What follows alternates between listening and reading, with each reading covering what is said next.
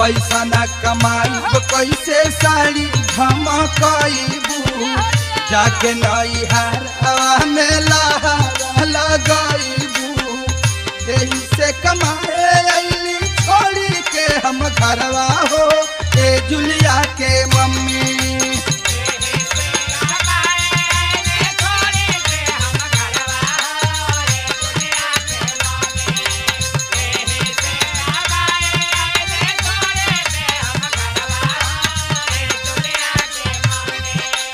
यही से कमाए अली छोड़ के हम घरवा हो